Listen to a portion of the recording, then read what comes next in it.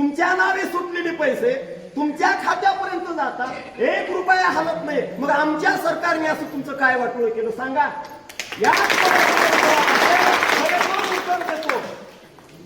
सज्जन माय बापू, जवळपास 6 महिन्याच्या कालावधीमध्ये हा 45 लाखाचा जिल्हा परिषद शाळा ते इथपर्यंत हा जो फंड आहे ना, हा 45 लाखाचा आतापर्यंत 65 वर्षामध्ये तुम्ही कुणी आणलात का?